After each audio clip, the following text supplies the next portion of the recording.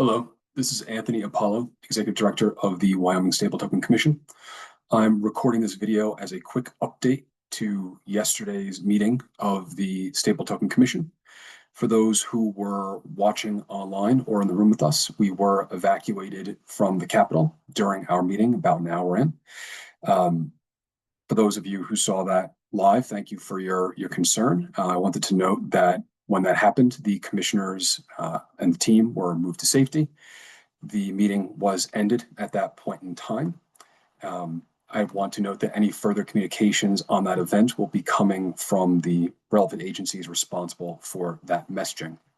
That being said, we had a few agenda items left to cover off on, and I did want to provide an update on those. We do have these meetings on a monthly cadence, so wanted to make sure that all the information was made available. And I want to specify that this update is being presented in my personal capacity. As usual, any determinations made by the commission are done in a public forum, so this is not a public meeting by any stretch.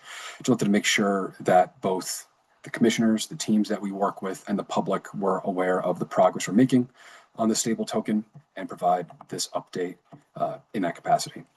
So we had left off on some of the updates from my testimony to the Select Committee on Blockchain, Financial Technology, and Digital Innovation Technology on September 22nd.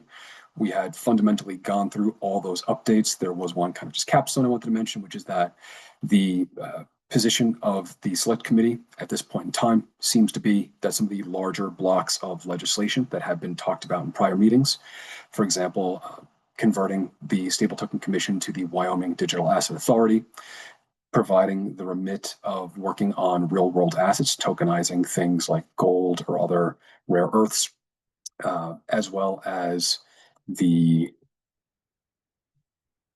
states to state or state statute around definitions of digital assets. We call that the token taxonomy.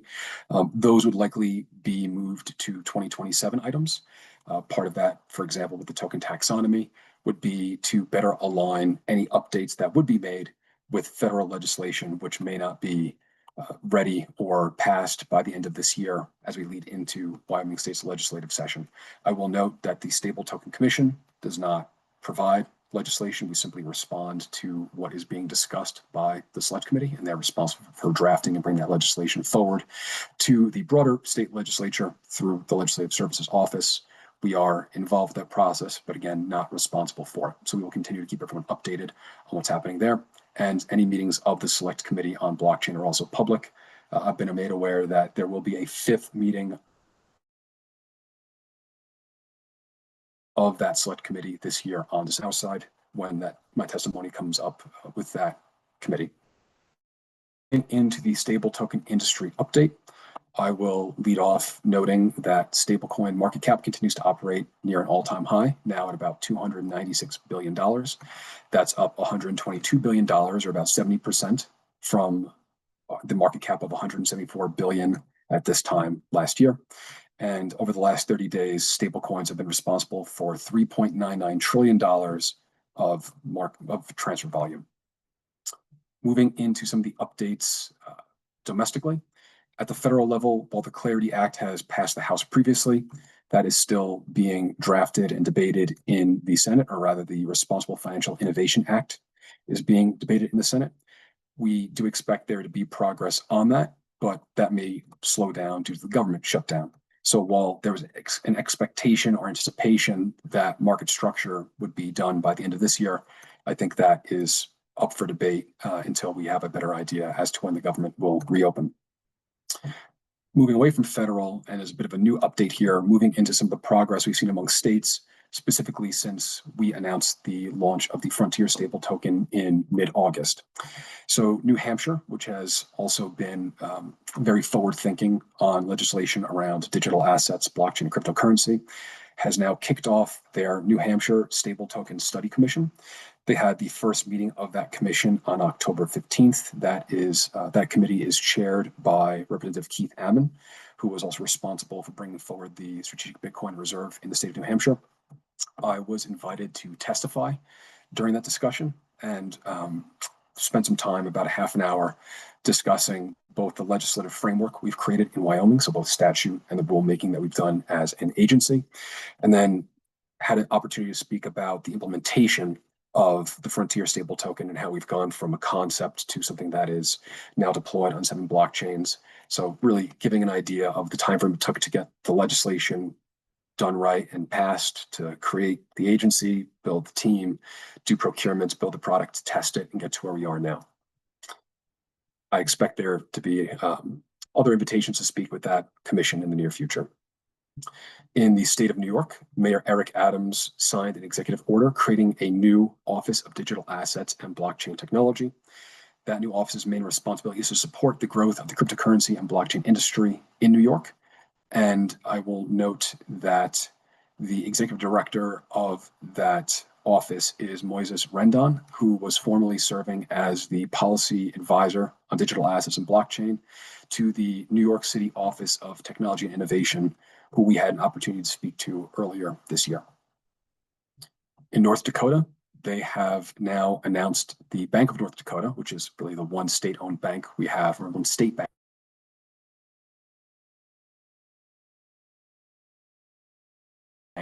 we have here in the US. They have a stablecoin released in 2026, created to be used by their community banks and credit unions to improve the efficiency of interbank transfers. That is being launched in partnership with Fiserv, which itself is supported by existing issuers like Circle and Paxos. So right out the gate, from a framing perspective, since we expect the Frontier stable token to be used by retail customers, as well as hopefully community banks and credit unions, we see that as a delta out the gate. But our, again, personal position here is it's great to see other states that have innovative structures leveraging those to move forward on digital asset policy. And in Nebraska, a blockchain and an organization behind it called Telcoin has applied under the Nebraska Financial Innovation Act to establish a digital asset banking and depository institution in the state. They've been granted conditional approval to operate as a digital asset depository institution under the state law, and they also intend to issue a stable coin in the near future. I will note that reading about this, it does sound quite similar to the special purpose depository institutions we've created in the state of Wyoming. We've been a blueprint and a leader in this space. From an international perspective, the 3 largest banks, which are Mitsubishi UFJ Financial Group, MUFG, and Sumitomo Mitsui Financial Group, as well as the Mizuho Financial Group, they have announced their plan to jointly issue a stablecoin, initially pegged to the Japanese yen, with a potential US dollar pegged version coming sometime thereafter. And in South Korea, regulatory frameworks are still in draft, but moving towards a licensing regime that would be supported by stablecoins that are 100% reserve if they're issued domestically, and they are working on some practical trials. For the perspective of incumbents or other coins that are being issued in the US, there was an announcement that a consortium of global banks are testing blockchain-based stablecoins pegged to G7 currencies. Those organizations would include Bank of America, Citi, Deutsche Bank, Goldman Sachs, UBS, Santander, and BNP Paribas. And then final update is that PayPal, through the minting process they operate via the Paxos service provider, on October 15th, mistakenly minted about 300 trillion PYUSD tokens on the Ethereum blockchain. That was attributed to an internal technical error, not a hack or any kind of malicious event. And those tokens were burned within about 20 to 30 minutes. So that was undone quite rapidly. But I think that is a situation that points out the need for controls around the minting process. Something that we're already discussing as an agency is the ability to post the amount of our reserves backing the token on a blockchain, and then using that as a control mechanism that would prohibit the issuance of Frontier stable tokens if there is insufficient reserves posted on chain. So essentially you can kind of complete the controls loop through that process. And that was the update for the stable token and stablecoin industry. Moving on to our update about the launch of the Frontier stable token. So we now have the traditional financial rails online through partnership with Fiduciary Trust Company International, which is a branch of Franklin Templeton. We have moved some agency funds to those reserves for testing. it's important that we understand as an agency how long it takes to get our own funds over to that account and how long that wire process takes, the fees associated with it. Very much, and perhaps more importantly, on the other side of that transaction, when we burn tokens and money is redeemed, the dollars come back to the redeemer. We need to understand how long it takes to get those funds back out of the custodial account, back to the user or the licensed service provider that is redeeming the tokens. So our CFO, Joseph Saldana, is monitoring that all very closely, as well as the purchase and sale of the underlying treasuries or repurchase agreements that will back the token.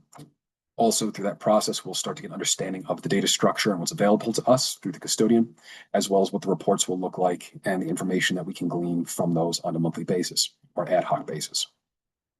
From the token perspective, I've personally continued my testing of the Frontier stable token. I've been able to get Frontier stable tokens from moving from wallet to wallet on the same blockchain, as well as test all cross-chain pathways through our relationship with Layer 0 and the Stargate portal, which allows you to go from a blockchain, for example, Ethereum, to the Avalanche blockchain. And I'll note that all of those transactions have worked as intended. We are seeing the low fees we are expecting, and we're seeing the fairly immediate settlement of those transactions that we are expecting. Beyond my own testing, Stephanie Chan, our Senior Business Project Management Analyst, is performing testing through the Fireblocks console. Essentially, we have the account there and our wallets that represent the commission's wallets. Should we need to move stable tokens in or out of those accounts, we need to make sure that we have the controls in place through the Web3 Wallet Connect interface that Fireblocks uses. So Stephanie has been testing that as well. Again, all is going according to plan there. And we are updating our transaction approval policies, which are essentially a series of controls on the Fireblocks side as we do that. And a final note on that testing, we are also monitoring the on-chain analytics platforms to make sure that the transactions we're doing are represented well on platforms like Dune, which give visual cues as to which chains the tokens are on, the volumes, transfers, the wallet addresses that have them. A series of open source controls that we can rely on. So we are certainly looking into that and looking at other exchanges or indexes to make sure that they are accurately reflecting our smart contracts and the activity thereon. Our Chief Information Security Officer, Keith Lawhorn, has been working on deploying a testnet faucet. What that does is make the Frontier stable token, again, in an unreserved form on testnet networks, available to users who may want to use the Frontier stable token and integrate it into their blockchain workflows. So we look to deploy that faucet soon. That will probably precipitate an end to our pilot programs. And again, we have seen a few of those along the way. There may be one or two more that we coordinate with to present to the commission. But generally speaking, having the testnet faucet available would mean anyone who wants to use Frontier stable tokens can do so in a test or demo format before purchasing the stable token and then deploying it on their own behalf. I would note that we are finishing KYB on some of our initial launch partners at this point in time.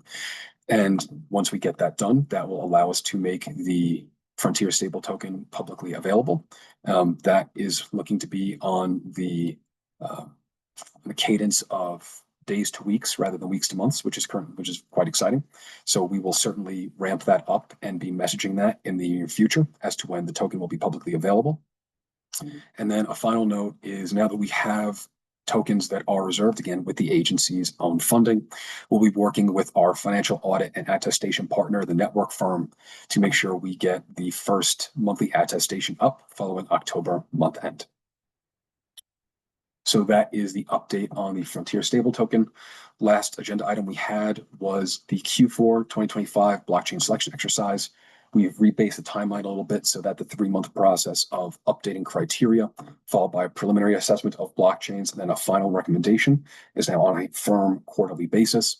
We did not have any recommendations for criteria updates this quarter. I'll note that we had been asked about geographic adoption of stablecoins and blockchains in general as a potential exercise. That is something that we looked into over the course of the last 2 months, both internally as an agency and as well as with support from our open source intelligence provider, Inca Digital. What we found was there's not really a great way to represent adoption across jurisdictions of different blockchains. There are certain things you can look at, like IP addresses, node infrastructure, but it really becomes an apples and oranges exercise depending on what you're looking at, even on a given chain. And then based on how different chains operate, that is its own apples and oranges exercise. So we did not feel that we had a accurate way to position that metric across different chains. I'll note that if there is interest in the usage of the Frontier stable token for things like aid distribution on a global basis, there are certainly use cases for that. And that's something that we already capture and highlight in the additional benefits criteria of our scoring, where if there are use cases that we'd expect to be in ourselves with the Frontier stable token, that they are represented in different jurisdictions. So to a certain extent, we have incorporated that position to our existing analysis. What that means is that as part of the quarterly cadence, we will begin reaching out to blockchains that have expressed interest in launching the Frontier stable token on that given network. We will send them our list of criterias. Again, for the second month of this quarterly process, we essentially provide those criteria back to the developers or foundations working on their respective networks, ask them to provide any updates and links to substantiate those updates in our scoring process. And then we, in that third month, will do our own independent verification of those details and then provide a final score to the commission. So again, no action required at this point in time. In terms of next steps, I think really for us, this comes down to getting the Frontier stable token publicly available.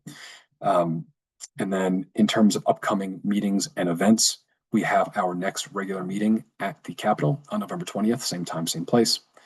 I will have my testimony to the Joint Appropriations Committee regarding our biennial fiscal year 2027 budget on December 12th. That will be on the third floor of the state capitol here in Cheyenne. And then we have our final regular meeting of the year on December 18th, again in the Capitol Extension, same time, same place, starting at 9 a.m. I would like to thank everyone for tuning in to this called special update. Again, certainly not speaking on behalf of the commission, but wanted to provide our commissioners and the public a final update as to where we are in the month of October, and then continue building from here. Thank you for your time, and see you soon.